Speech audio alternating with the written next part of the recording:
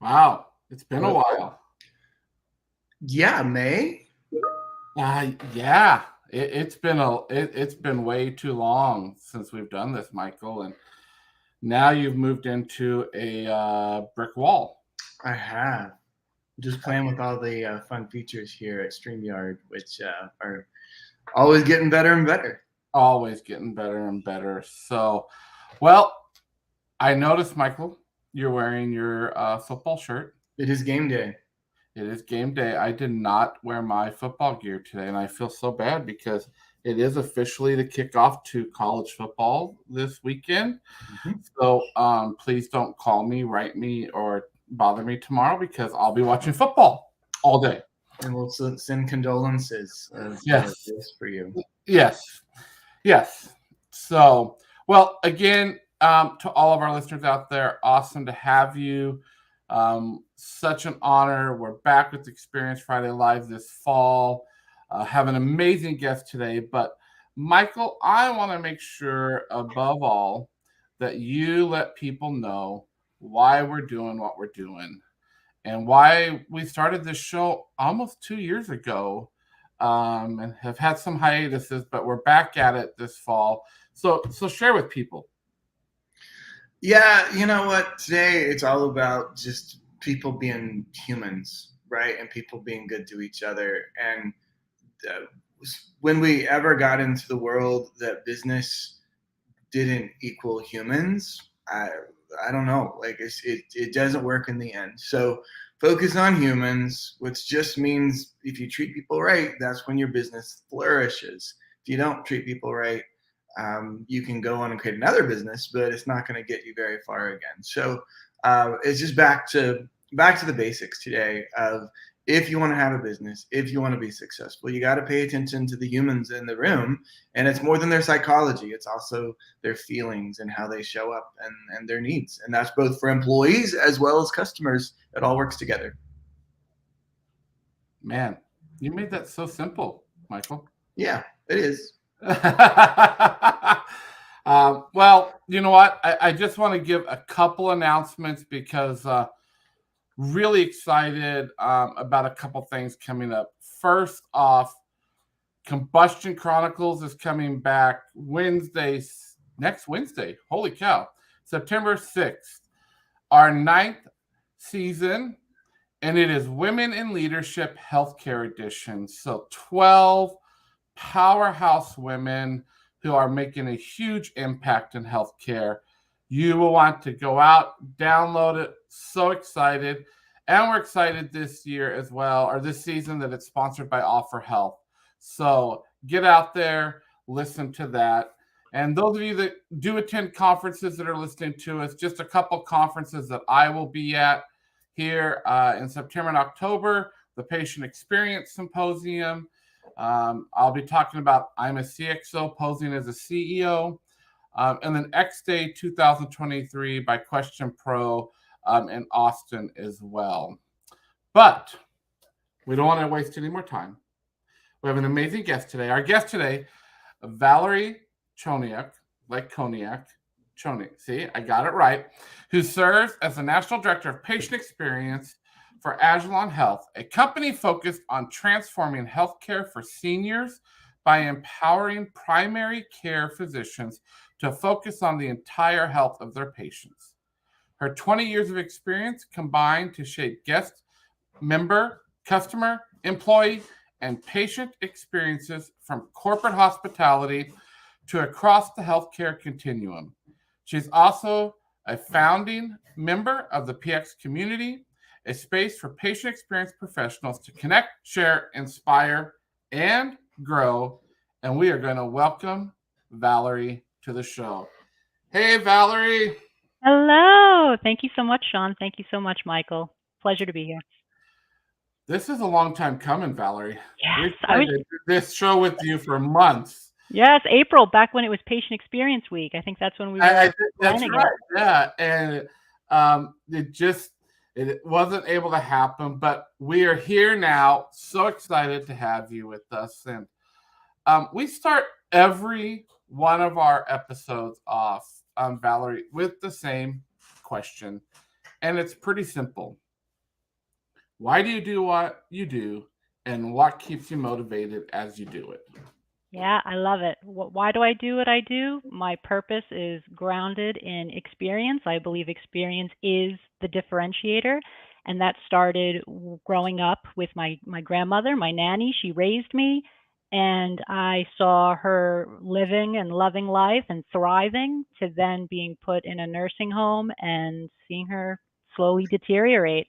And it was really compassion from others that was the difference, and also seeing the employee experience and how that impacted them. And so every day that I do this, even on the difficult days, I remember my nanny, and I remember that every minute that passes, even in this Experience Live show, right? We're all getting older. We're all going to be there one day.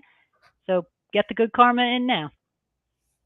You know, you didn't have to start off with like a tear story already. Honest this morning. Yeah, I mean, I think we all have our stories around why we do what we do in healthcare. And all of them very different, but so true. And, you know, we titled this episode, and I've seen a lot of people talk about this, you know, that the disease Mm-hmm. and healthcare. And we actually have a stoke. And I love this. Michael put this together for us. I want to read this, and then we're going to dive into it. Michael's going to ask some questions. We're just going to get into a great conversation here, Valerie. But this stoke of, if we aren't putting patients at ease, we're causing disease. You got to tell us about that and your thoughts, and we'll jump into some great conversation here. Yeah, absolutely. You know, I'm a firm believer in the mind-body connection and feel there really is no denying it in the human experience. In fact, dis-ease is a term that I've learned from Louise Hay. She's a motivational speaker, human advocate, author of Heal Your Body and You Can Heal Your Life. And she teaches that there's mental causes that contribute to physical illness and how to overcome them. So of course, if the body is in a state of dis-ease, meaning not at ease, discomfort, stress, this could be physiological things that happen to us every day. If we're not attuned to these sensations or have body awareness, then they could easily be missed. And when we don't acknowledge and don't release these emotions, we're experiencing dis-ease, disease occurs. You know, I heard a great quote from the Black Swan group: unaddressed emotions never die. Right? What comes out of your body doesn't make you ill. It's what stays in there that does. So emotions can be associated with physical problems, illness like arthritis, or, as you know, Shawn, serious as cancer, people dying of a broken heart. It's been diagnosed. We can get in the habit of being more aware of our specific negative emotions, and you know, then we can help our own physical disease that we're happening. So we have to prioritize our wellness, and if we're not, we're prioritizing illness. I mean, I just as a practical example right now, right, for this Experience Live show, I can feel that my heart rate is increased. I'm going from having slow, deep belly breathing to very fast chest breaths, right? Shoulders maybe tightening up a little bit. I'm probably talking a little bit too fast right now, you know, like that's all because I'm a little nervous, right? Naturally so. We all have things like that happen. And some people, when they're nervous, they might experience something bigger, deeper, like headaches or nausea, shakiness, butterflies in their stomach, even pain. So, you know, just being cognizant of all those things and knowing what you've experienced, you know, and seeing all your recent posts, I think that we can all agree being more grounded in our experience, being conscious to stop, conscious to choose, being conscientious to observe our environment and how we're responding to it plays a very big role in our health. Yeah, yeah. Michael, I already see you shaking your head, and you've got some thoughts. So jump in, Michael. So yeah, I mean, I completely align, and I hope a lot of people are. Like, it just makes perfect sense, right? And we need to treat the whole person, all right? And in the same breath, we don't want to just be tossing softballs here at Experience Friday Live, right? So what is your response? Like when someone comes up and says, that's great. All you fluffy yoga people, all you eat good people, like that is great, but that's not science. Science is medicine, and we need to focus on the science. What is your quick response to that? And again, I'm with you. I have a response too, but I would love to know how you respond, because I think we hear it all the time. The experience is fluffy. Patient Yeah. experience, that's the fluffy stuff. That's the easiest thing to cut. All this extra stuff, it's just unicorns and marshmallows. What's your Yeah. response to that? How do you contend with that? No, it's a great question. I think that in healthcare, of course, we're focused on that quality of medical care, right? And I think what you hear of, whether holistic medicine or the whole person versus alternative medicine, right? We hear a lot about that too. But it's important to know that you're in control of yourself, and you are the best person to know what to do, right? We reach outward when we don't know, but those people are, again, just people, meaning, again, humans. It could be physicians, associates, any clinician for that matter, is putting together the story and the diagnosis based off of what you're sharing with them, right? I mean, how many times have we been in an exam room where maybe we're not the most truthful about all the junk food we've had, or I was supposed to be walking a mile a day and that's not happening, right? So, of course, there's a lot of evidence to the science part, but there's a lot of evidence to the art part as well, which is the experience. You can be the best person to draw my blood, but if you're mispronouncing my name, rushing me through the visit, those are things that are going to impact me physically, which then impact the science of the medical care. Personal story: after I had my daughter in the hospital, um, there was a nurse there that I had grown up with. She was actually my sponsor for confirmation. And I remember her telling me, Valerie, you have to get some rest. I was just on this adrenaline kick from having my daughter, and she goes, you need to get rest. And I said, okay, if you want, keep her in the nursery. But if she cries and I need to feed her, please bring her in. Well, what ended up happening was I did get some sleep, but I was abruptly woken up by another nurse who flicked the lights on, kept asking me, all right, what's the number on your armband? And I'm like, what? Like, I'm in this woozy, like, just woke Mm. up from trying to have the best sleep of my life at that point, right? And she's freaking out on me while my daughter's now screaming and crying, triggering, right, this new adrenaline rush in me that's completely different. It's fight or flight. My autonomic nervous system is freaking out. And she's yelling at me about the number on my bracelet. And I said to her, I said, no one's ever asked me about my number on my bracelet, because she's trying to match the number on my bracelet to my daughter, right? Safety, security, of course. But she takes that the wrong way. And she says, oh, nobody's checked before? I said, I didn't say nobody checked. Nobody's asked me to check for them. So I don't know which bracelet and which number you need. And this whole time, my daughter is still crying, right? Long story short, she hands me my daughter. I'm about to feed her. She goes, oh, no, stop. I said, what? She goes, I need to take your blood pressure. You need now? Now you need to take my blood pressure. I knew it was going to be skyrocketing through the roof, and it was. And if after birth you have high blood pressure, they keep you in the hospital longer. And this was during COVID. So a roundabout answer, Michael, is that fluffy stuff directly impacts the medical care, because I ended up having to stay an extra day. And that nurse that I grew up with ended up coming in the room, and she said, Valerie, I knew I should have brought Carolyn in for you. I am so sorry. And I told her, you are not to put that blood pressure reading in my documentation because it's completely inaccurate. And they didn't. And then, an hour later, my friend took the blood pressure and it was normal. So when people say it's not connected, you can't tell me otherwise. It is directly connected, directly correlated, and absolutely drives outcomes. Well, yeah, I mean, and Valerie, our listeners know my journey that I went through last year. It it it would it blew my mind on when I wanted good bedside manners and when I didn't want You good bet.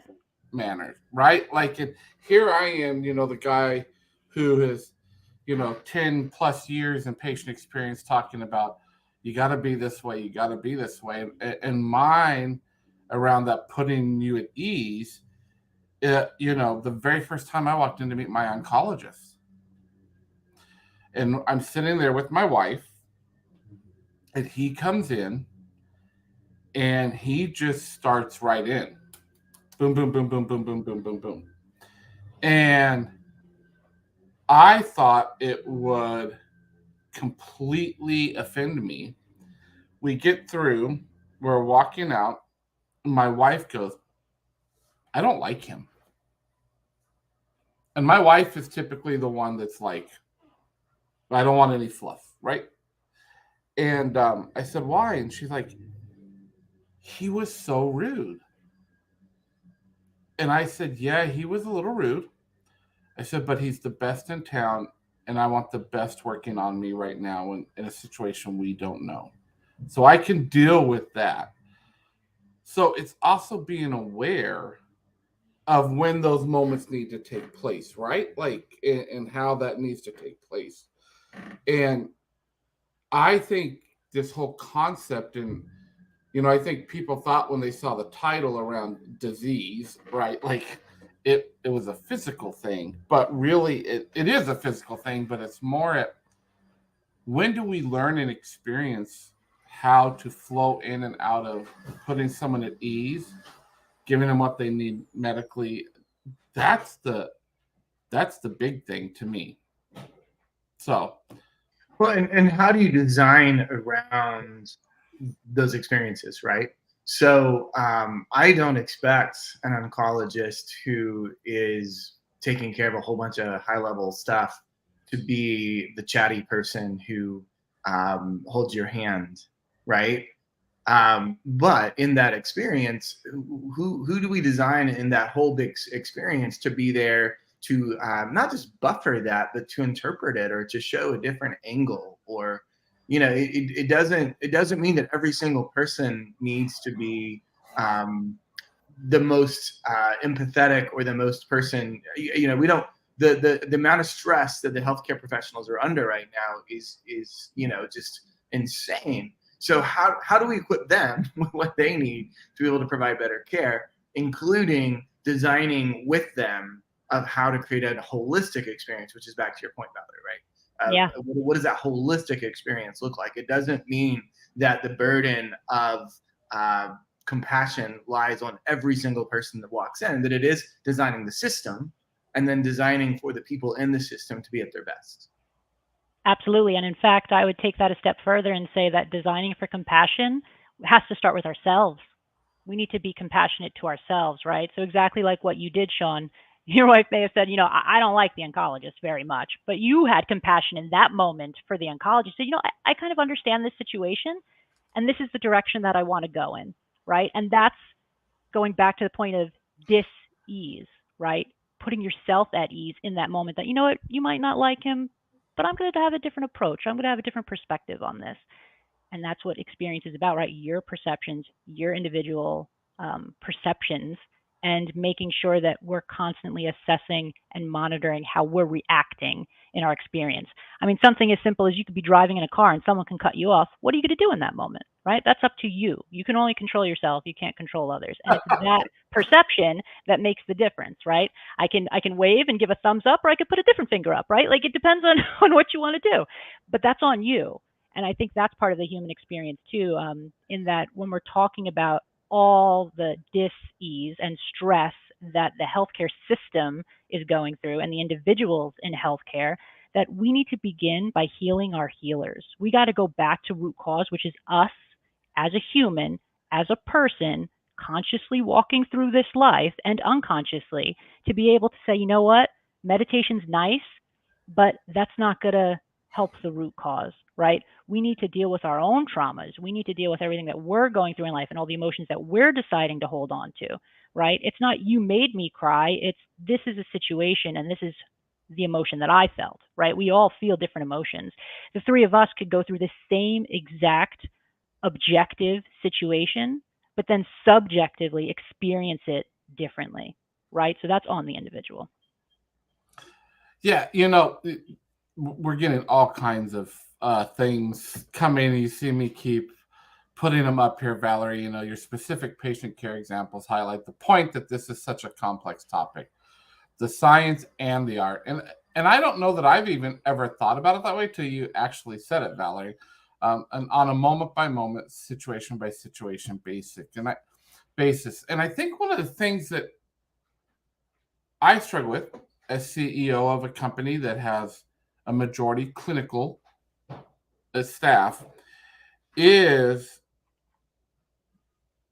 the industry itself has made it almost check box with Absolutely. experience and associate experience. And we have this question, and I think this leads into it, of what can healthcare organizations do to start focusing on this greater healing process. And I think that's what's starting to come to life for me sitting in a new role. I was a CXO. Now I'm the CEO having to make very hard business decisions. Shh, don't tell anybody.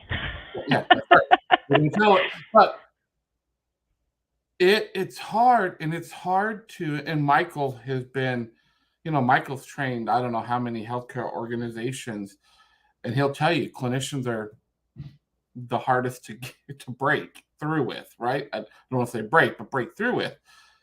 What's your thoughts around that? Yeah, when I first got into this industry, for me, it was all about patient, right? It's in the title, patient experience, professional, manager, director. And I've come to realize it really is all about the employees and the physicians. Again, they're humans too, which is why we have transitioned to, right, the human experience in healthcare. And it just really goes back to, and this is me oversimplifying it because we could have a whole 3 hours, 4 hours talking about this, but just going back to treating everybody like a human. Like in the work that I do, I never make a decision without a physician. You can have an organization, a healthcare organization, where all administrators that have no clinical background are making decisions, and that's not going to work well. Why? Because you need a physician, someone in healthcare. Michael, back to your point, the one that's doing the diagnosis, right? The medical care piece has to be part of it. I can't be working siloed in a bubble. That's just not effective for anybody, for the system, for those within the system, the patient. So healing our healers is really just addressing why do you respond the way you do? And if you are consciously aware of that, how are you then going to take that to the next level and make a different decision next time if your initial one was poor, right? If it's good, keep doing it. But we need a heightened awareness of ourselves and stop looking outward. It's part of why, for my lifestyle, I try to live a holistic lifestyle, in the sense that getting back to nature, getting back to just being grounded in the day-to-day, get away from work, get away from technology, focus on the present moment. I mean, having 3 kids, how could I not, right? Like, I need to be in the present moment with them because they are, and they remind me of that. And these are the things that, when it comes to healing our healers and helping the healthcare system, that the system needs to start doing that too, right? It's not all about the fancy meditation room. It's not all about, okay, here's free tickets to this concert, guys. Here's the ice cream we're giving you. No. Get back to the roots. That's what people really want. I see you shaking your head.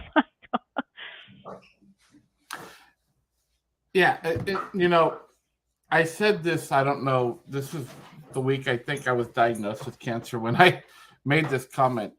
Just get the human experience right, and you'll get the numbers you need. Exactly. But that is such a hard thing I'm honest. I have to work with the board of directors in our company, and I can preach human experience.